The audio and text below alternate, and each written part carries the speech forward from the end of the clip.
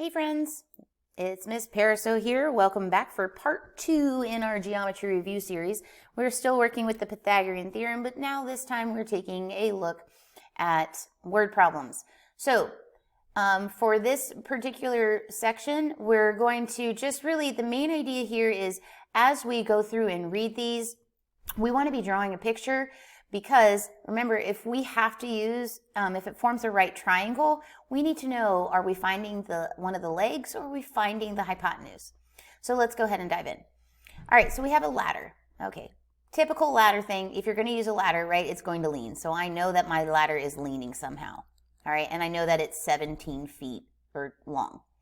All right, and then it's placed 5 feet from the base of a house. Okay, so I'm going to draw a house. Okay, you don't have to draw a house, it just helps me out. So I know that this length right here is 5 feet from the house. It wants to know how high up with the ladder, or I guess it's supposed to say with the ladder, will the ladder reach on the house. So if we put it out 5 feet, because maybe there's some flowers or something here, what is this height right here? And so we can see the shape that's forming is a right triangle. So we can go ahead and use the Pythagorean theorem. So our setup is going to be a squared plus 5 squared. Those are my two legs, and the ladder is my hypotenuse. Okay? So I'm going to go in this video, I'm going to go ahead and just go through the setup, and then I'll have you guys pause to finish up with the calculations, and you can come back and check your answers then. But the main part is how do we kind of just approach this with drawing a diagram to make sure we understand the information. All right, so we'll take a look at, you can either pause the video and finish solving, and then when you're ready, come on back for number 6. All right, so taking a look at number 6, let's take a look at the information we've been given. The perimeter, which means the distance around, and it's a square. So we have a square. Let's go ahead and draw that. And what do we know about squares? Well, we know that all 4 sides are equal. Okay, so that means that this side plus this side plus this side plus this side. So all of these sides, so that's 4 of the same side lengths, 4 times that side length, is equal to 48 inches. So right there, that tells me that my side length is 12. So I've just gone ahead and figured out that this side is 12, this side is 12, and so on. Okay? The next question is, it says, well, what's the area of the square? Well, I know that area is the side length times another side length, so it's 12 times 12, which is 144 inches squared. Then the next question is, what is the diagonal? And I'm assuming they mean the diagonal length. Okay, well, if we draw a diagonal here, notice we have a right triangle. And so now we can say, okay, well, these two sides make the right angle, so that's my A value, and that's my B value, and the diagonal, which I can call D if you want, the diagonal squared is my hypotenuse. So now I can go ahead, I've got it set up so I can find the length of the diagonal. Go ahead and pause the video if you would like just a moment to go ahead and find that length, and we'll check back at the end.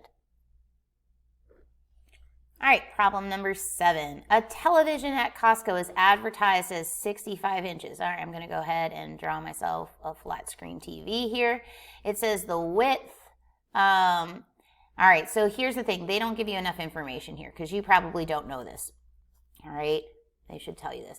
But this, when a television is advertised as like whatever size it is, it's actually referring to its diagonal. I don't know why. I honestly don't know. If someone has the answer to that, you can enlighten me. Why is it that? So here's my TV. I know that this diagonal length from this corner to this corner is 65 inches. And then it says that the width, okay, the width is 60. And I'm trying to figure out what the height is. So again, we can see, well, our TV, it's a rectangular TV. I don't know of any circular TVs out there. All right, so we're going under that assumption there. And we have that right triangle set up.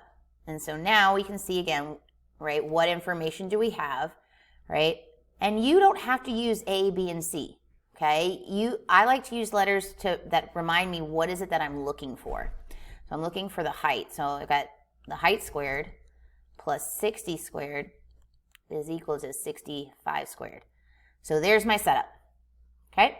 You know the drill. Pause and finish doing your calculations, and then come back when you're ready to work on number 8. All right, now let's take a look at number 8. John walked 10 miles north. Okay, well first, let's draw a little picture. Let's also just do our compass here. Never eat shredded wheat. I know you guys probably say soggy waffles, but back in my day, it was never eat shredded wheat because it rhymed. All right, so here's John. Okay, he's going 10 miles north. He's walking 10 miles north. Okay, he must be like a pioneer or something. He went 10 miles north, and then he went 12 miles west. So then he turned and he went this way for 12 miles. Okay, to go to his friend's house. On the way home, that's a very long walk to go visit a friend. On the way home, he cut across the grass fields to get home. How many total miles did John walk? Okay, so here's his friend's house. Let's draw a little picture of the friend's house. But on the way back, he cut across the field to go this distance. We don't know how long that was.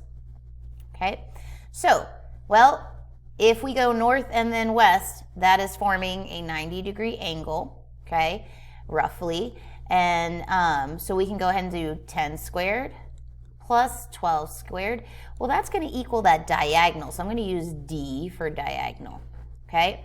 Now, be careful because when you go to solve, notice what the question is asking. It's asking how many miles did John walk? Well, John walked a lot. We already know he's gone at least 10, 12 miles, 22 miles to get to his friend's house the first time. And he's like, forget this, let's just go the diagonal. That's going to be the shortest distance, okay? So if he's already walked 22, then we have to go back and we have to add them up. So basically doing a perimeter of his route to find out what the totals were. All right, now's your chance. Pause the video, finish up your answers, and when we come back, we'll have the final answers revealed so you can check your work.